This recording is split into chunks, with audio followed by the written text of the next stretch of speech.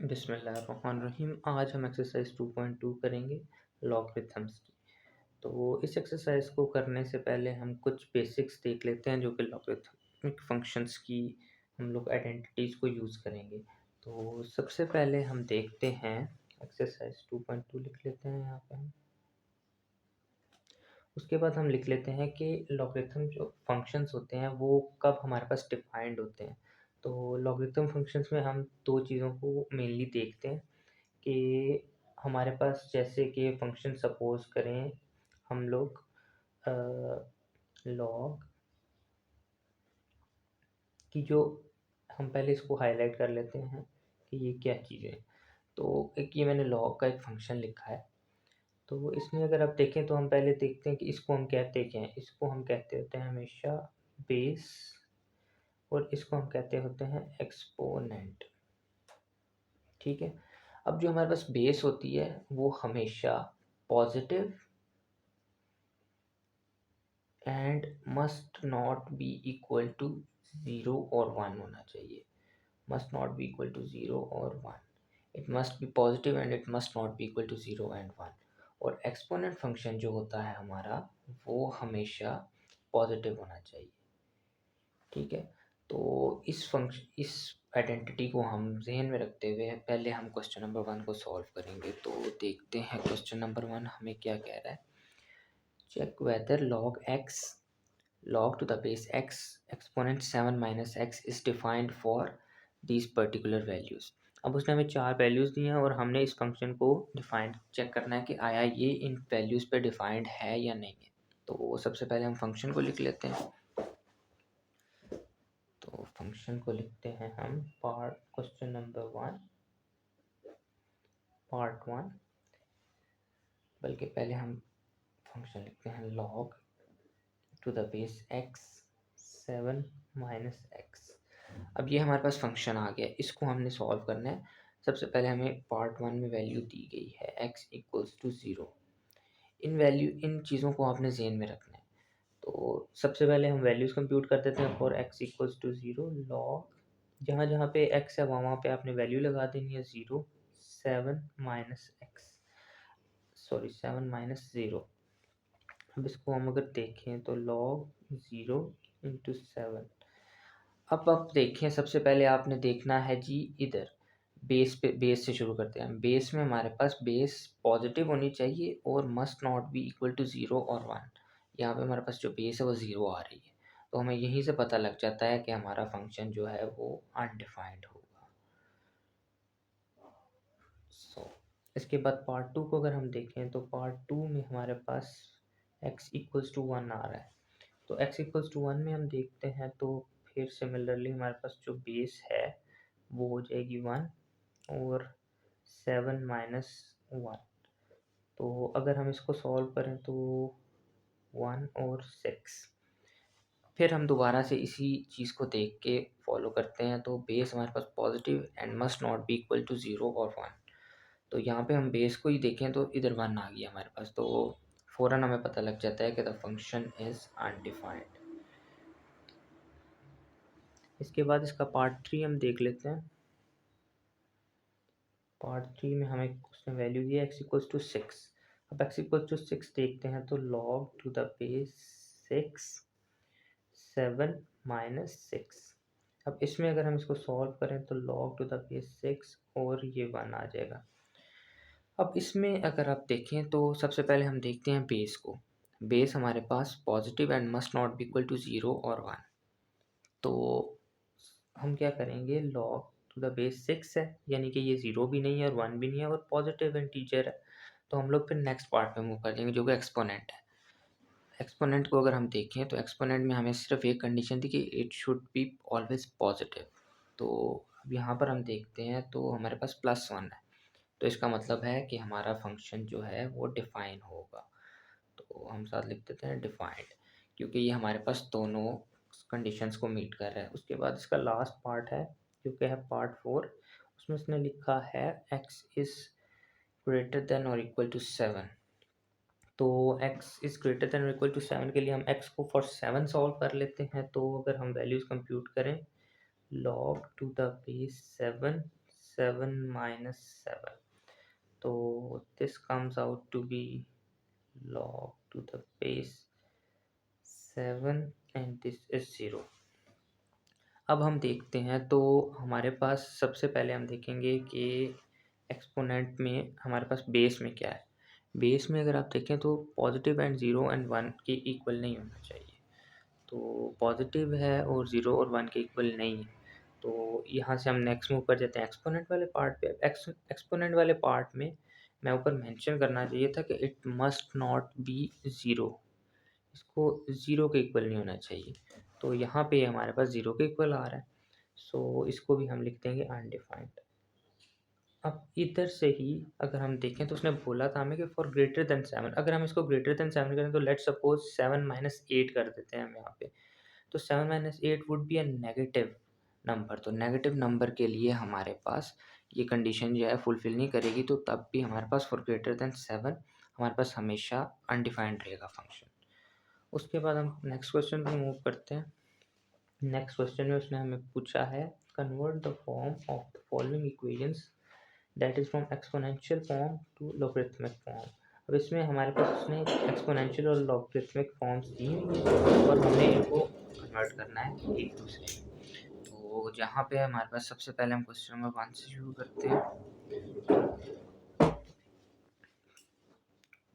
Question number 2 part 1 that is log 6 216 is equal to 3। अब ये हमारे पास आ गई है लॉगरिथमिक फॉर्म। इसको हमने कन्वर्ट करना है। जहाँ पे भी आपके पास लॉग आएगा वो ऑब्वियसली लॉगरिथमिक फॉर्म होगी। जहाँ पे भी आपके पास लॉग का फंक्शन नहीं यूज़ हो रहा वो आपके पास एक्सपोनेंशियल फॉर्म है। तो इसको अब हमने कन्वर्ट करना है एक्सपोनेंशियल फॉर्म में। तो सिंपल इसका जो तरीका होता है वो ये होता है कि बेस को हम लोग एक्सपोनेंट की जगह पे ले जाते हैं और एक्सपोनेंट को हम इक्वल्स की दूसरी साइड पे ले जाते हैं। तो पहले सॉल्व करते हैं तो उससे बेहतर हमें आइडिया हो जाएगा। ये हमारे पास इक्वल्स का साइन आएगा, सबसे पहले आपने लिखना है। उसके बाद जो बेस है उसको आप ऐसे लिख लेंगे एक्सपोनेंट की जगह पे, और जो इक्वल्स के दूसरी साइड पे आपके पास एक्सप्रेशन होगा उसको आपने इन टर्म्स ऑफ पावर लिख लेना है उसकी, ठीक है। और उसको फिर इक्वल लिखना है आपने 216, जो आपके पास एक्सपोनेंट था आपने उसको इक्वल लिख लेना है। ये आपके पास आ जाएगा। अब इसको आप कैलकुलेटर पे अगर सॉल्व करेंगे तो it must be equal to 2116। So 6 का क्यूब अगर हम लें तो इट इज़ इक्वल टू 2116। तो हमारा ये आंसर जो है ये हमारे पास एक्सपोनेंशियल फॉर्म में कन्वर्ट हो गया। उसके बाद हम इसका एक और पार्ट देखते हैं। लेट्स सपोज इसके बाद हम देखते हैं पार्ट 5 को देखते हैं, फिर हम एक एक्सपोनेंशियल से लॉगरिथमिक की तरफ भी चले जाएंगे। तो पार्ट 5 को हम देखते हैं। पार्ट 5 बल्कि पार्ट 5 इज एक्सपोनेंशियल, तो हम पहले लॉगरिथमिक पे ही रहते हैं, तो पार्ट 6 कर लेते हैं, फिर हम एक्सपोनेंशियल पे मूव करेंगे। Log 10 10 part 12 equals to y। अब इसमें हम सिंपली वही जो हमने लास्ट स्टेप में काम किया है वही काम करेंगे।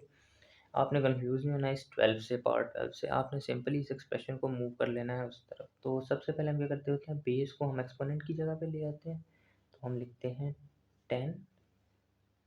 उसके बाद हम जो ये एक्सप्रेशन होता है इक्वल्स की दूसरी साइड पे उसको हम पावर में लिख लेते होते हैं, और इक्वल हम कर देंगे इसको जो हमारे पास ये एक्सपोनेंट पड़ा था, तो ये एक्सपोनेंट विद इट्स पावर, तो ये 12 हो जाएगा, ठीक है।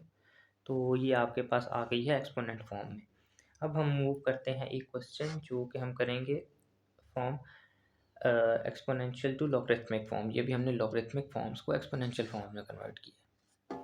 इसके लिए हम क्वेश्चन यूज़ कर लेते हैं। सबसे पहले पार्ट 2 को देखते हैं। पार्ट 2 में अगर हम देखें तो इसमें हमेशा हमने उसका बिल्कुल उल्टा करना होता है, जैसे हमने लास्ट पार्ट में किया है, तो उसका बिल्कुल ऑपोजिट हम करेंगे। तो पहले हम क्वेश्चन लिखते हैं 2401। अब आपने क्या करना है, जो हमने लास्ट पार्ट में किया था एग्जैक्टली उसका ऑपोजिट करना है। तो हम लोग सबसे पहले ये जो आपके पास एक्सपोनेंट है इसको सबसे पहले हम लॉग का फंक्शन लिखेंगे। एक्सपोनेंट को हम याद है पहले हमेशा बेस से एक्सपोनेंट में लेके जाता था, एक्सपोनेंट से हम इसको बेस में ले आएंगे, तो ये एक्सपोनेंट है हमारे पास, तो हम सिर्फ एक्सपोनेंट को उठाएंगे और बेस में ले आएंगे। ठीक है, उसके बाद हम क्या करते होते थे, जो हमारे पास यहाँ पे एक्सपोनेंट होता था उसको हम उठा के तो इधर ले जाते थे। तो हम क्या करेंगे, 2401 जो है उसको हम एज इट इज़ इधर ले आएंगे, तो 2401 एज इट इज़ आ गया, और उसके इक्वल्स हम लिख देंगे, जो पावर इसकी है वो हमारे पास आ रही है 4। अब हम क्वेश्चन नंबर जो हमारे पास पार्ट 5 है उसको देख लेते हैं।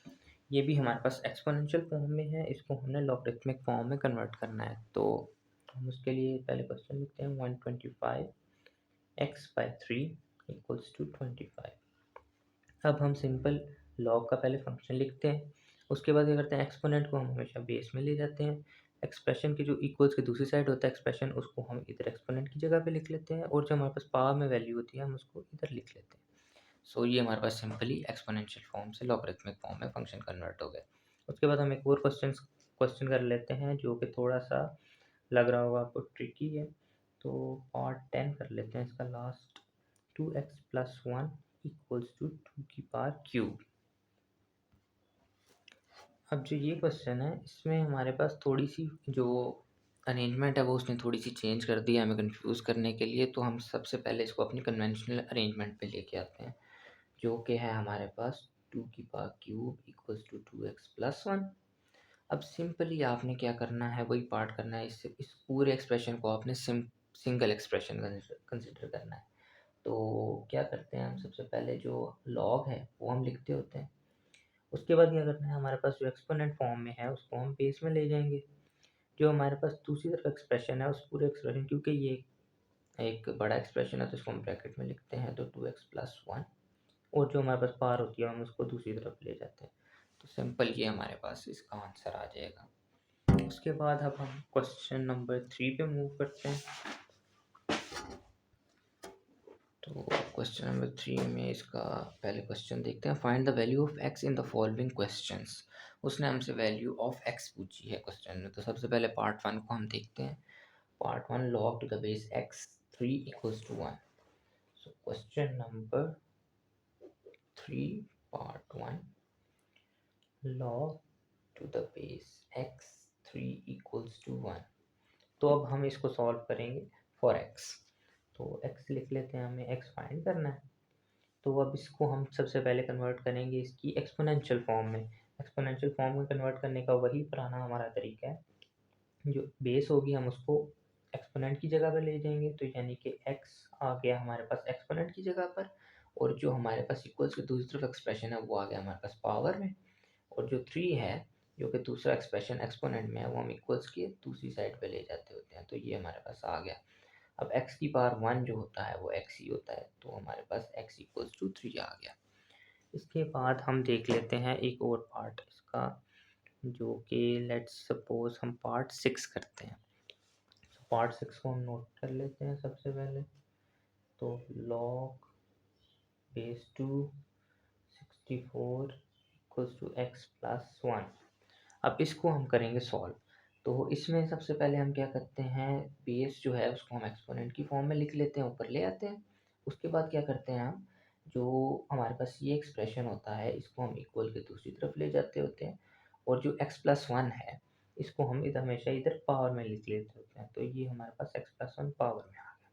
ठीक है, अब आपके पास ये जो क्वेश्चन है इसको थोड़ा सा आपने इस तरीके से सॉल्व करना है कि ये हमें पावर्स में सॉल्व होगा, यानी कि इसकी हमें बेसिस अगर सेम करते हैं तो हम ऊपर x की वैल्यू को, यहाँ पे 2 है तो यहाँ पे भी अगर हम 2 क्रिएट कर लें तो ऊपर हमारे पास हमेशा 2 की पावर्स आ जाएंगी, क्योंकि बेसिस को सेम रखें तो हम ऊपर वैल्यूज़ को कंपैरिजन के एक्सपोनेंट्स को कंपेयर कर सकते हैं। तो सबसे पहले उसके लिए हम लोग वो जो चैप्टर 1 में हमने तरीका यूज़ किया था वही यूज़ करते हैं, और उससे हम लोग निकालते हैं, तो 2 3 ज़ा 6 and 2 ज़ा 4, 2 1 ज़ा 2, 2 6 ज़ा 12, 2 8 ज़ा 16, 2 4 ज़ा 8, 2 2 ज़ा 4 and 2 1 ज़ा 2। तो ये हमारे पास 2 की पावर्स आ गई हैं, तो हम देख लेते हैं 1 2 3 4 5 6। So 2 into x+1 equals to 2 power 6। अब हमारे पास बेसिस सेम है तो हम पार्ट्स को कंपेयर कर सकते हैं, तो हम कर सकते हैं x+1 इक्वल्स टू 6। ठीक है, फिर आप लिख भी सकते हैं कि बेसिस आर सेम, बेसिस नहीं इनको कहेंगे वैसे आप, तो इसके बाद आप बेसिस सेम सो कंपेयरिंग, तो x+1 इक्वल्स टू 6। अब सिंपली आपने इसको मैथ करना है तो 6 minus 1 and x equals to 5, ये आपके पास x का एक्सप्रेशन आ जाएगा। उसके बाद लास्ट क्वेश्चन पे मूव करते हैं। तो लास्ट क्वेश्चन जो उसने हमें दिया है that is question number 4। Question number 4 में उसने हमें बोला है find the unknowns appeared in question number 2। तो क्वेश्चन नंबर 2 में जो हमने कुछ क्वेश्चन सॉल्व किए थे उनमें हमारे पास कुछ अननोन्स भी आए थे, तो उनको हम देख लेते हैं सबसे पहले। उसके लिए हम लोग क्वेश्चन नंबर 2 को देखते हैं। तो क्वेश्चन नंबर 2 में लेट्स सी कि हमारे पास अननोन्स कहाँ कहाँ आए हैं। उनमें से एक पार्ट हम सॉल्व कर लेते हैं। ये तो पार्ट वही है जो आपने अभी अभी सॉल्व किया कि बेसिस सेम है तो y इक्वल्स टू हम 12 कर लेंगे, तो ये तो सिंपल वैसे का वैसा ही है। उसके अलावा मेरे ख्याल से हमारा कोई पार्ट नहीं है, ये हमारे पास लॉगरिथमिक फंक्शंस हैं, तो हम एक क्वेश्चन सॉल्व कर लेते हैं जो कि हम कन्वर्ट करेंगे। सो लेट्स सी कौन सा हम सॉल्व करते हैं। हम लोग क्वेश्चन नंबर 8 को देख लेते हैं। क्वेश्चन नंबर 8 में हमारे पास थोड़ा सा एक्सप्रेशन लार्ज है, तो पार्ट 8 लिखते हैं हम लोग log x³ + 1 इक्वल्स टू 2। तो इसको अब सबसे पहले हम इसकी जो एक्सपोनेंशियल फॉर्म है उसमें कन्वर्ट करते हैं।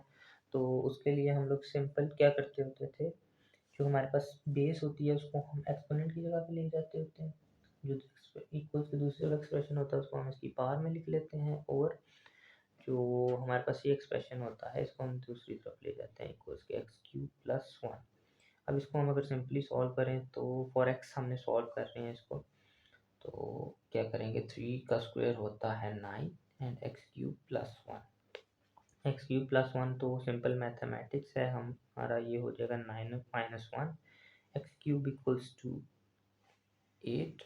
और अगर हम इन दोनों की तरफ क्यूब रूट ले लें ताकि हम लोग ये क्यूब को माइनस कर सकें, तो ये हो जाएगा हमारा, इसको आप इस तरह भी कर सकते हैं कि 8 है तो 2 4 ज़ा 8, 2 2 ज़ा 4 एंड 2 1 ज़ा 2, तो ये आपका 2 की पावर 3 आ जाएगी, तो ये हो जाएगा 2 का क्यूब एंड ये हमारे पास क्यूब क्यूब, तो ये भी कट जाएंगे और ये भी कट जाएंगे, तो x हमारे पास अल्टीमेटली 2 आ जाएगा।